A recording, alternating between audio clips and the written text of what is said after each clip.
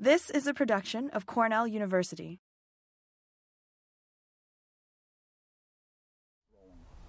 Hello and welcome to this online course in environmental education for public garden educators.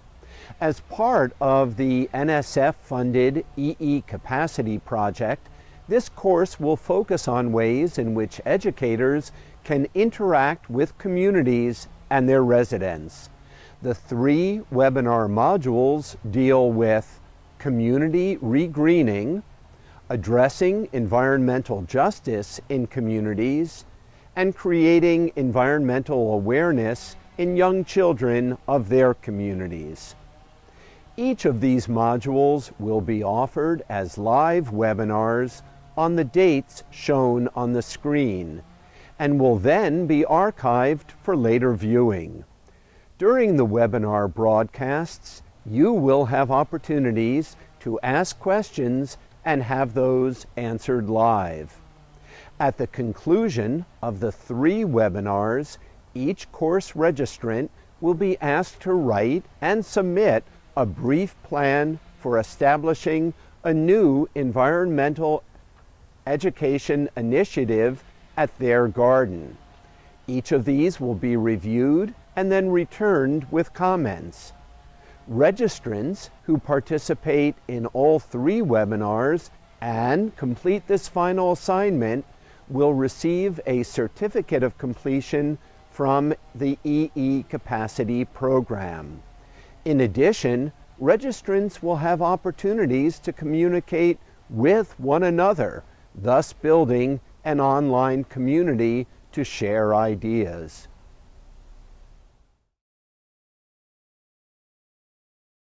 This has been a production of Cornell University, on the web at cornell.edu.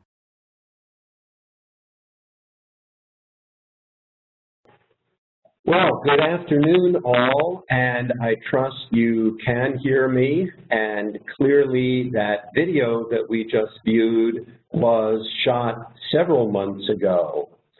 The first module in our program is titled Green Community Redevelopment. We're going to cover the major trends driving public gardens today to develop outreach programs.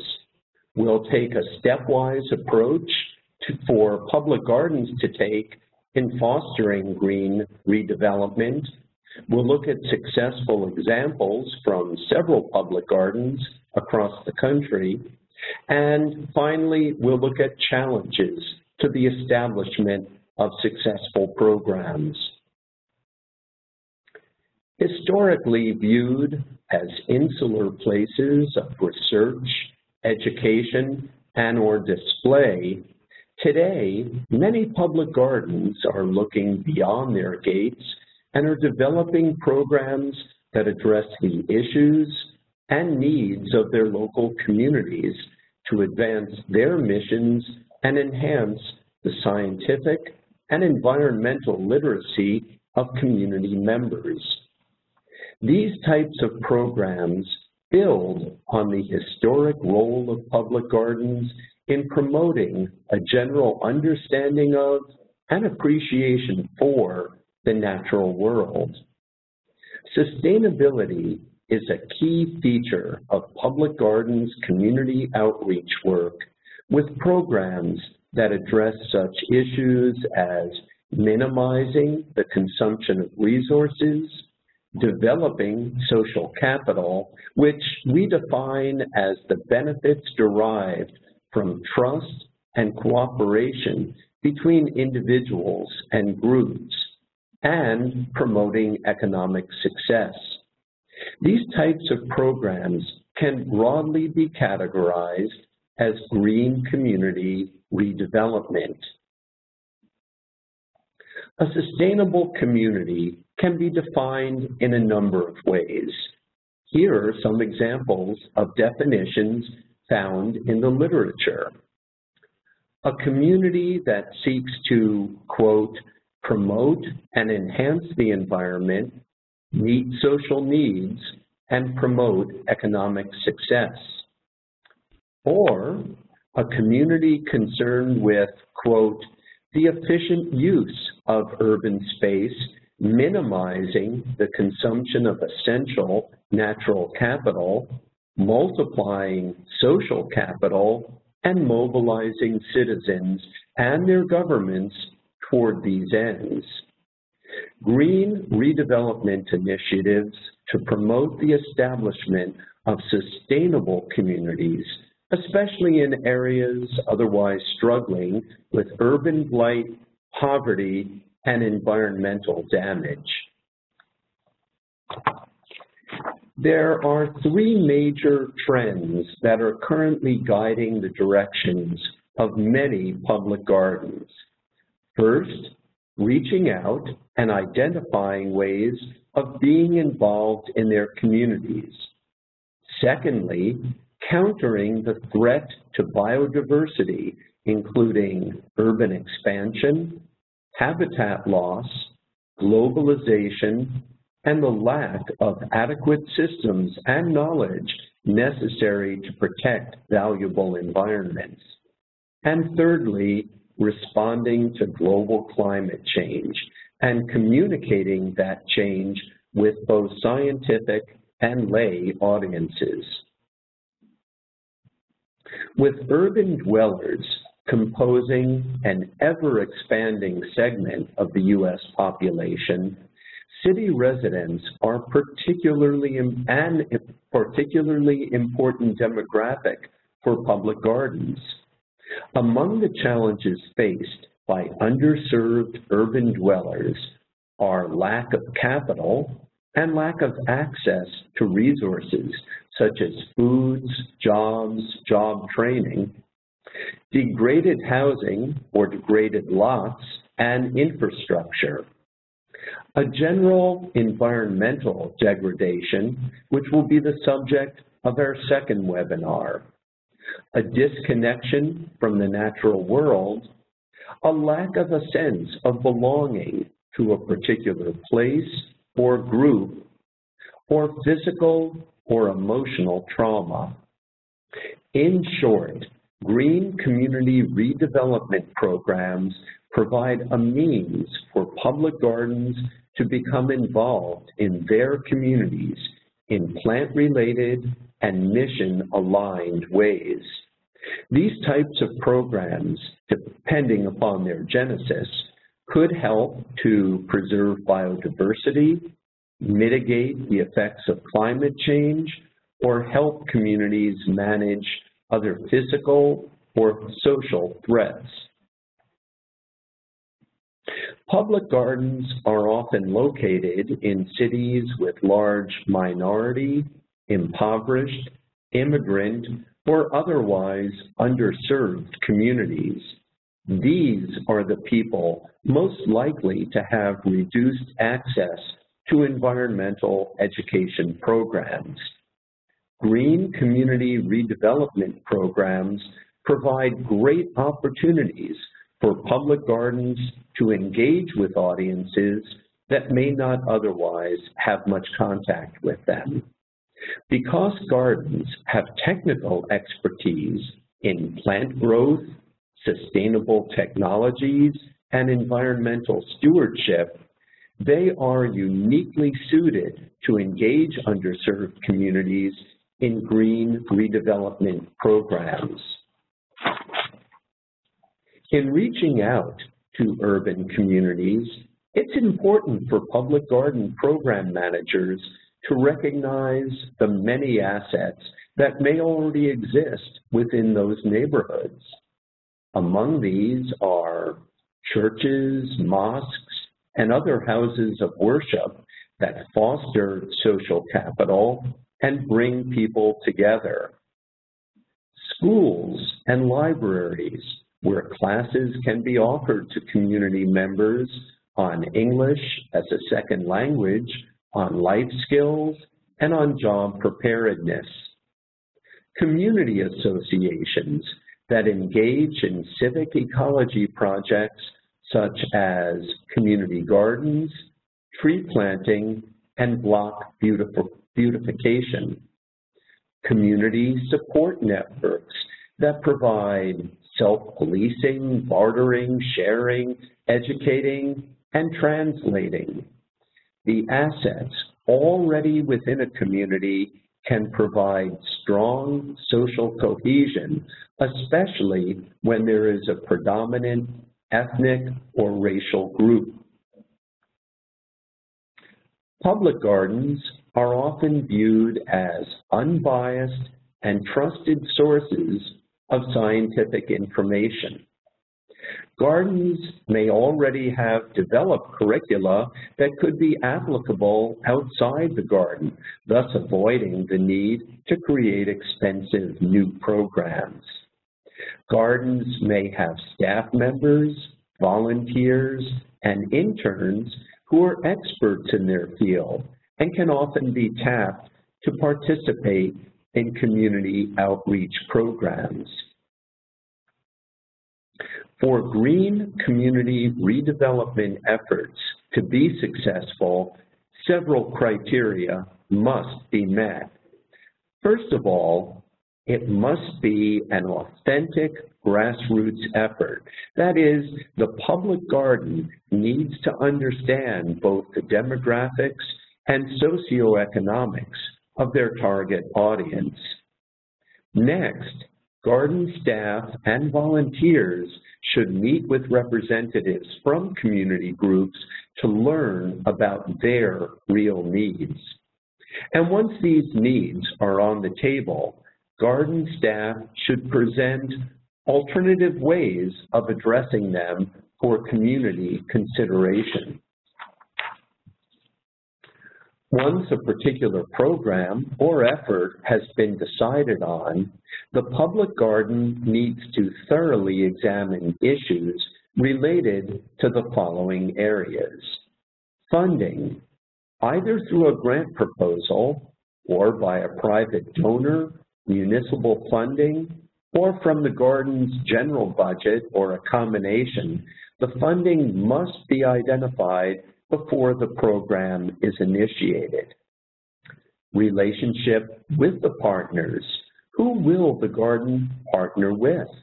What is their previous experience? What constituencies do they represent? Are they fully committed to the project?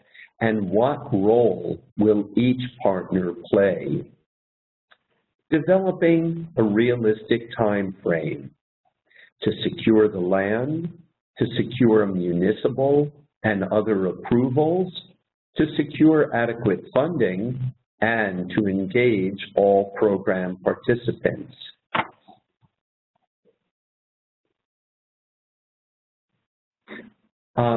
Also, the program must have the support both internally and externally of the board and key leaders.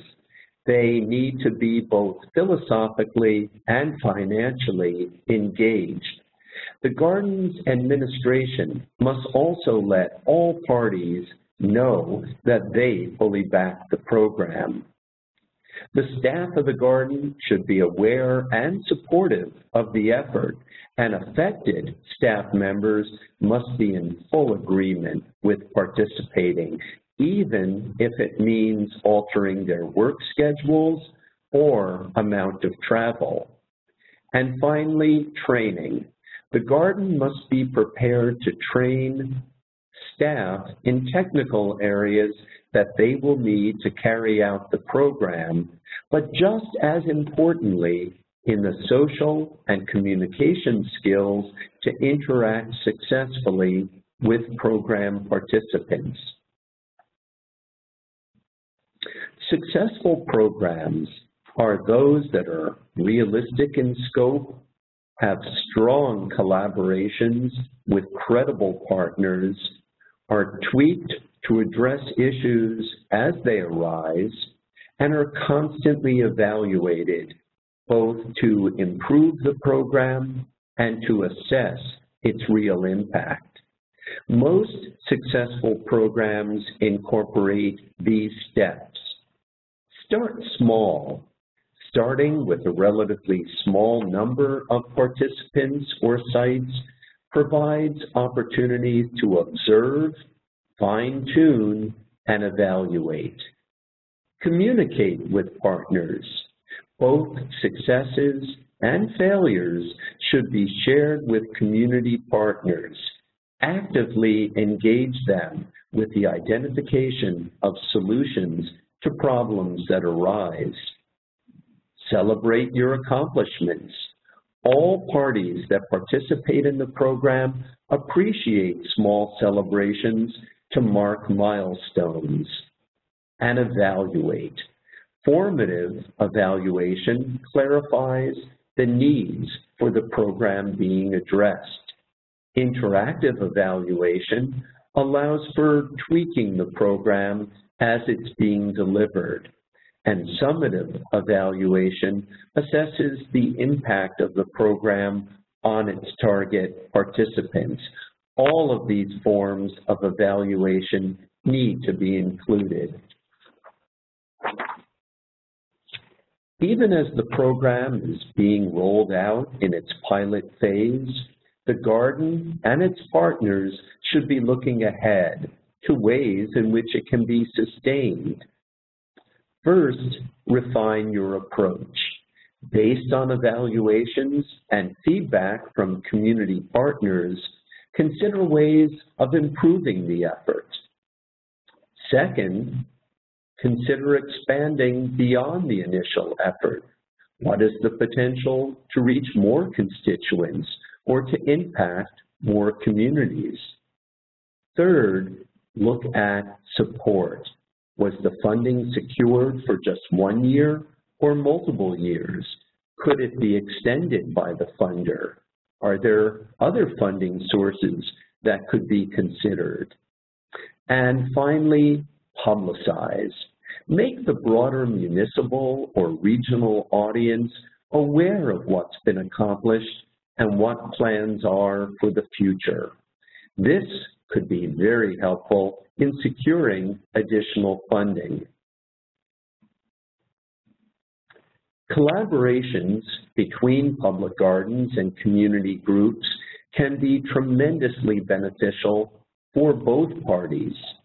The benefits to the garden could include expanding their audience to include individuals not traditionally aligned with the garden, increasing annual visitation and even membership, improving the garden's stature within its local community, providing aesthetic improvements to gateway neighborhoods, and dismantling the perception that gardens exist only as the exclusive retreat of the privileged. Finally, making the garden more well-rounded and diverse. Community partners can certainly also benefit from collaborations with public gardens. The garden can lend its credibility to groups that might have great ideas but lack the technical or horticultural expertise necessary to successfully realize their vision. Likewise, partnering with an established and respected garden can provide legitimacy as community groups embark on fundraising efforts. Collaborating with gardens to advocate to improve green spaces in their communities is a well-documented strategy for urban revitalization. Public gardens are about many things, but at their core, they're about plants. So all of the community actions with which gardens become involved should somehow relate to plants and the natural world. For example, programs that focus on plants as food, or plants for a sustainable world, focusing on the mitigation of climate change, providing urban wildlife habitats, or providing ecosystem services. Also consider gardening for aesthetics and community enhancement, vacant lot redevelopment as green spaces, green jobs and workforce development, and horticultural therapy. Next, let's look at some types of green community redevelopment programs. First, preserving, protecting, restoring, and expanding green space. Following Hurricane Katrina, Longview House and Garden refocused its priorities on pressing issues of rebuilding and resilience. In 2006, the garden became an active member of the Pontilli Disaster Collaborative.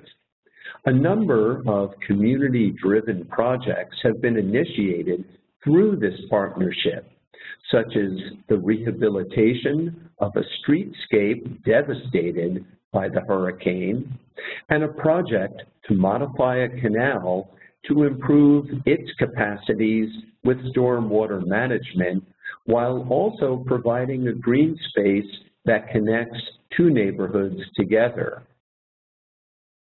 Second, encouraging sustainable practices. The Ladd Arboretum, a city-owned park in Evanston, Illinois, is especially focused on encouraging sustainable practices. Each year, the Evanston Environmental Association partners with the city to hold the Evanston Green Living Festival at the Ladd Arboretum. The festival features businesses and not-for-profit exhibitors presenting green products, services, and ideas that educate the public on sustainable practices in a festive atmosphere. Third, expanding community engagement, uniting diverse groups, and training leaders. The development and management of the First Nations Garden at the Montreal Botanical Garden was designed, constructed, and is managed by members of the Indigenous tribes of Quebec. It provides a venue where Native peoples can portray and celebrate their heritage in an authentic manner. Fourth, healing individuals and communities. One therapeutic horticultural initiative at the Denver Botanic Gardens is the Veterans Reintegration Program. In this program, veterans work at a community-supported agriculture CSA farm at the gardens and learn skills in farming, nutrition, food preservation, and resume building. The veterans actively distribute the produce to community members and get to take home some of the harvest along with an increased sense of self-value. Fifth, promoting economic development and stability. In a unique example, the Anderson Japanese Gardens in Rockford, Illinois, promotes a strong local and regional economy by actively seeking opportunities where local and regional business leaders and organizations can utilize the garden to recruit sought-after employees or to bring in new businesses. And lastly, increasing access to fresh food. The Franklin Park Conservatory in Columbus, Ohio, started its Growing to Green program to provide knowledge and resources related to gardening to the local community. Since 2000, the program has started or renovated more than 200 community gardens, which were able to donate 15,000 pounds of produce to soup kitchens in 2011. The program uses a multiplier approach that involves training citizens who in turn train others. The role of public gardens in community redevelopment can be as a trainer of specialized horticultural techniques for growing food, reestablishing healthy plant communities, or planting trees. As a facilitator for community conversations about green solutions to community challenges and about sustainable development. As an educator of the general public about the importance and relevance of greening. As a technical expert, demonstrating best practices of conservation techniques. As a credibility lender to agencies and organizations that need to engage more established institutions to accomplish their sustainability goals. As a community host for meetings and events that promote accessibility to public green spaces. And finally, as a catalyst for change and the promotion of sustainable green redevelopment.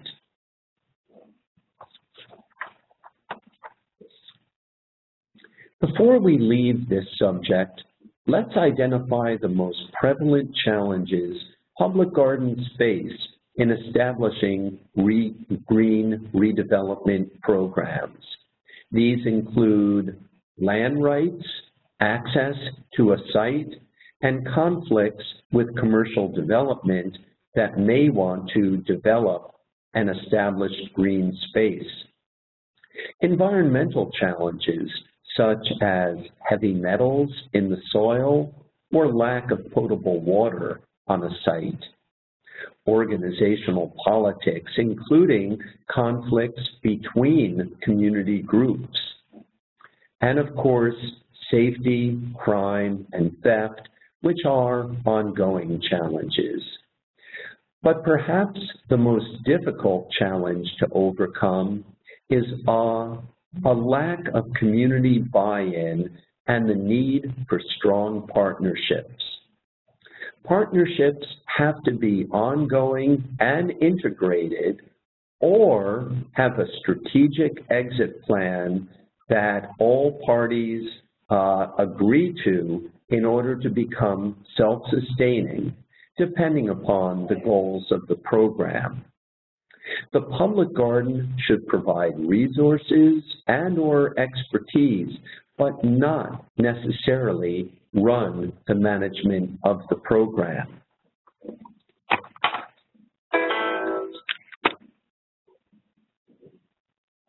The role of gardens in American society is changing from that of a respected, but sometimes aloof institution that studies and creates knowledge about and conserves plants to one that also uses its unique expertise to come up with plant-based solutions to some of society's most pressing challenges.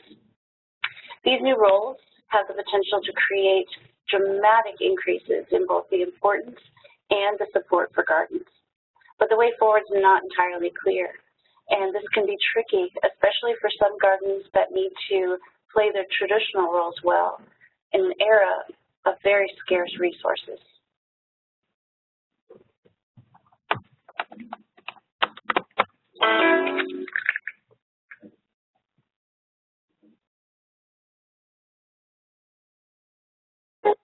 Well, that brings us to the end of the formal part of our webinar.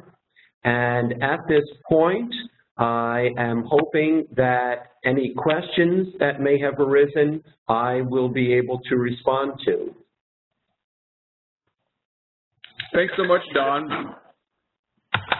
Let me look. It looks like we have a question that came in. Okay, and I'm not sure I'm on the right screen, Justin. That's fine. It's from Mo Hemmings, and the question is, do you have any example of informal learning and inquiry-based education as a type of community redevelopment? So you're looking for an example here. So I think a very good example of informal education contributing to community redevelopment is one that has been developed and run by the Brooklyn Botanic Garden for a number of years, called the Greenest Block in Brooklyn. And basically the way it works is that the Botanical Garden provides opportunities for block associations to regreen themselves, literally, through plantings. The garden provides each applicant with technical knowledge, with access to seedlings and soils and mulch if necessary, and answers questions that arise from each of the competitors. And it is truly a competition because at the end of the growing season, the various entrants are judged and cash awards are provided to those that are deemed the best in show. This has a direct impact on community redevelopment in that surveys have been done that have shown that those blocks that have participated have had a reduction in crime statistics, a reduction in apartment vacancies, and a reduction in vandalism and other petty environmental insults. So that's one example of how this type of community redevelopment project can have real impacts in the community. Thank you so much. I actually have a follow-up question to that. So in projects like that, you mentioned fund development. What are some of the strategies that people or these organizations using to develop out these programs? And so in this case, how did the Brooklyn Garden Group be able to provide those cash awards? How do they provide all that training? How are they able to provide all those services to everyone? Well, first of all, in terms of funding, at least until our recent recession, a number of green industry-related corporations were willing to have their names associated with those initiatives in exchange for then providing funding. Or I should put that the other way around. They provided funding and then had their names associated with them. There was a reduction of the number of green industry corporations interested in supporting such projects during the recession. But I know, for example, that the Growing to Green program that I cited in the webinar from the conservatory in Columbus, Ohio, that the Scott's Miracle Grow company has been a major underwriter of that. To answer the second part of your question, how is the technical knowledge shared? It can be done in a number of ways. Certainly the most effective way is on-site meetings between members of the neighborhood or block association and technical staff from the garden. That's not always possible. That's very labor consumptive. So in some cases, providing access to websites or to have brochures printed in whatever are the prevailing languages can be equally effective. Thank you. We've got a couple questions. Let's see. Matthew Ross asked, is there a case study that looks at expanding the audience of a well-established institutions, so adult or continuation education programs, and expanding their audience to young professionals through environmental awareness and redevelopment projects? So I guess it's looking at adult education, continuing education, and expanding on into the young professionals. Yes, the Chicago Botanic Garden has been particularly effective in this regard, and in our second webinar, we'll actually be watching a video that Angie Mason, who heads up their Windy City Harvest program, describes the various aspects of the Windy City project. But the Chicago Botanic Garden has been particularly successful in reaching a diversity of young people, both those who are coming from somewhat more privileged backgrounds, as well as those who are from very under-resourced and typically underserved backgrounds, and connecting them with gardening and outreach type programs. I can also cite programs at a number of other gardens: New York Botanical Garden, the Missouri Botanical Garden, Denver Botanic Garden, and I think what I'll do is put a list of some of the public gardens in the U.S. and Canada that are being most effective in their outreach programs to young people. What about, I think one of the, maybe to clarify a little bit, what about young professionals? So, and do you have a list? I think Matthew also wanted a list, but so I guess programs that would be targeting or expanding their programs to target the, say, 20-somethings, right, that are, or in their early, early 20s to early 30s, that are relatively busy but trying to enroll this generation of people into gardening and yeah, I guess that's some of the question here. Matt, I would say that a garden that has been especially clever and effective in this regard is the Atlanta Botanical Garden. They were the first, as far as I know, that started a Cocktails in the Garden series specifically targeted to young professionals. Among the attractive components of that program, which has since been duplicated at a number of other gardens, is that it is held in the very late afternoon, early evening, when young professionals are just leaving their workplaces. It is built around both plants and cocktails, and usually the cocktails have a plant basis so that there is an educational component to it. And there's a very strong emphasis put in the marketing of these efforts on the opportunities for social networking. And they are very, very successful. So I can provide two lists, one which would really focus on gardens that are addressing underserved young audiences, and the second of which is addressing young professional audiences. It's very interesting. It's a great case study. Can we, if you give me the list, I can post it on the Facebook group and as well as on the course site so everybody has access to that. Great. And we'll be doing that tomorrow. Perfect.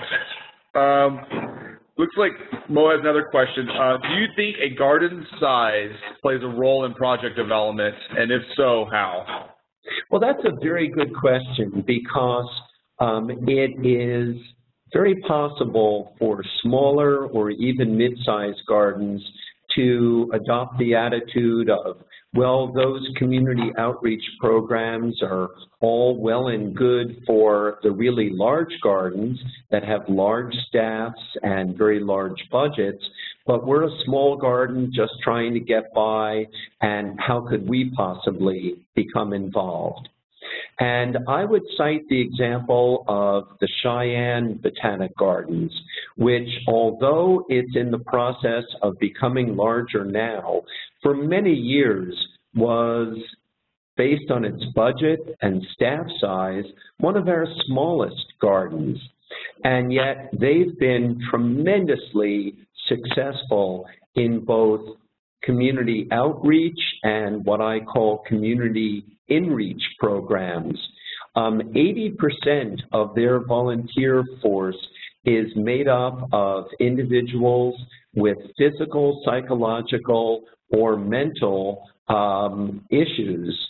And these are individuals who are welcomed with open arms at the Cheyenne Botanic Garden.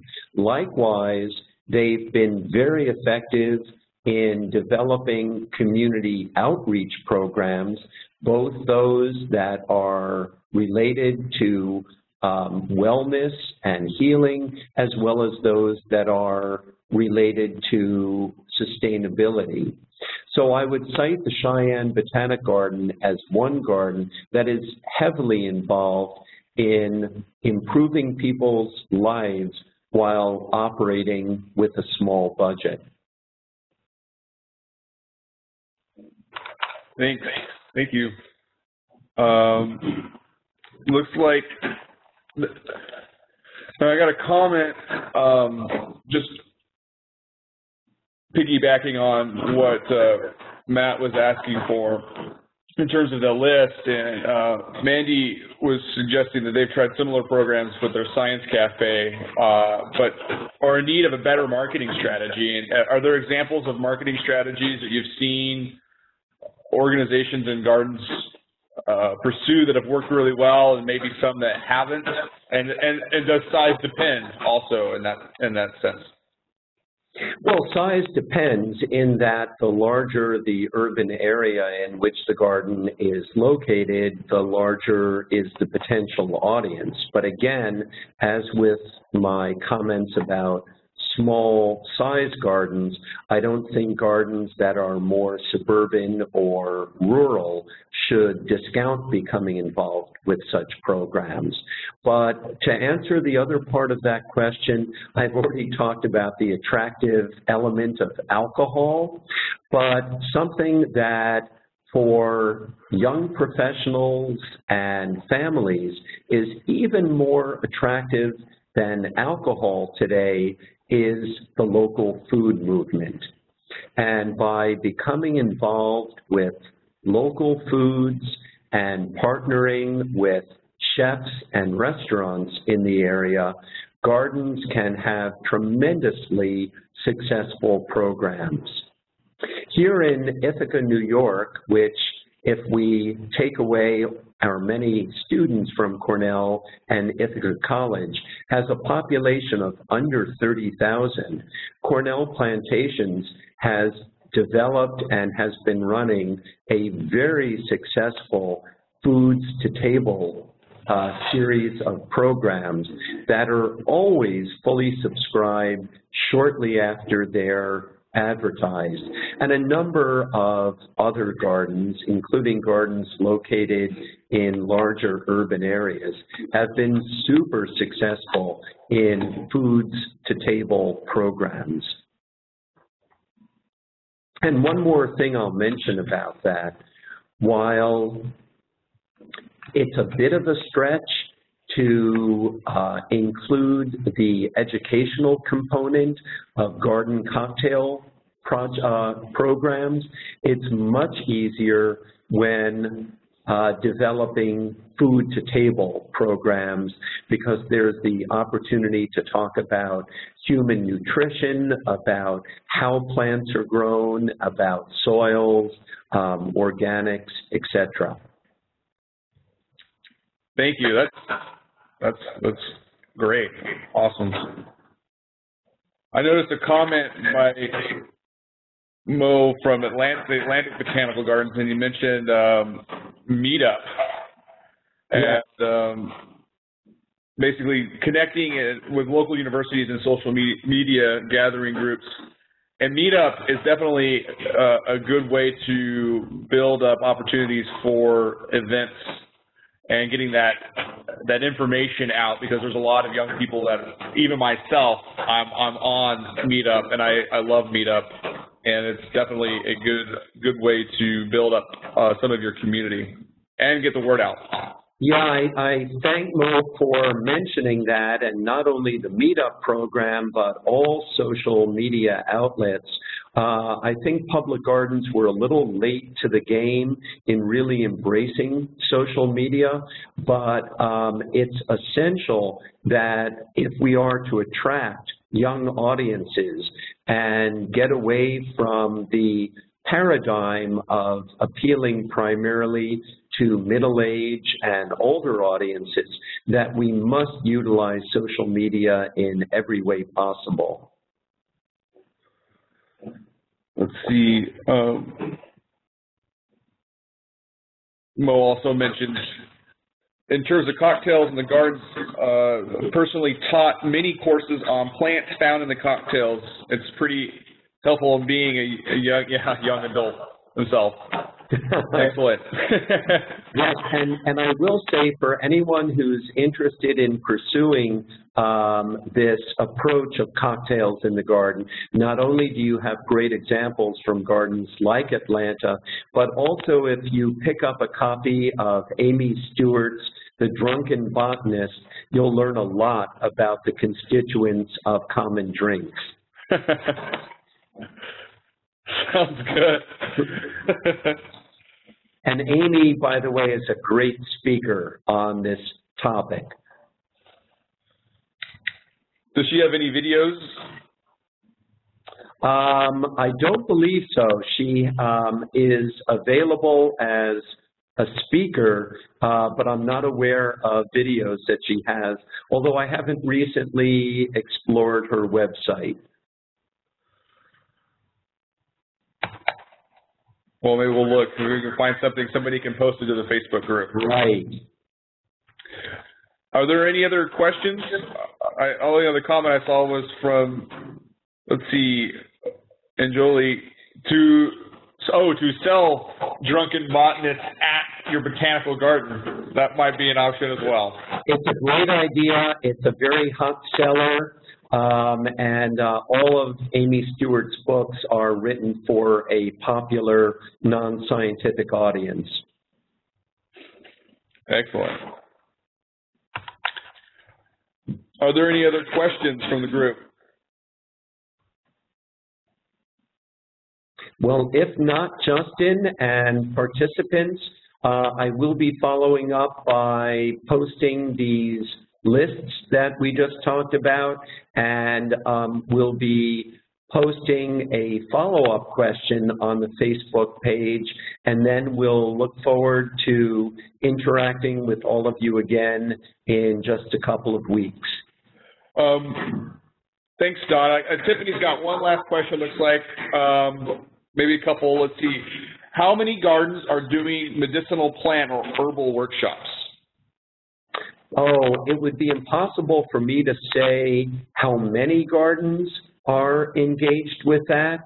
Maybe that is a statistic that APGA would be aware of, but I would say that herbal workshops are very attractive now as part of the movement toward exploring alternative approaches to medicine and healing. I would also say that in getting involved with herbal workshops, one does want to be cautious to not be endorsing approaches that are not necessarily known to be effective. Good point. Thank you so much for all of your information. It's been a very interesting and informative webinar. Excellent job too. Well, a pleasure for me, and I'm looking forward to our next class. All right, thanks so much, and thank everybody for attending. Thank you all. Bye-bye now. Bye-bye.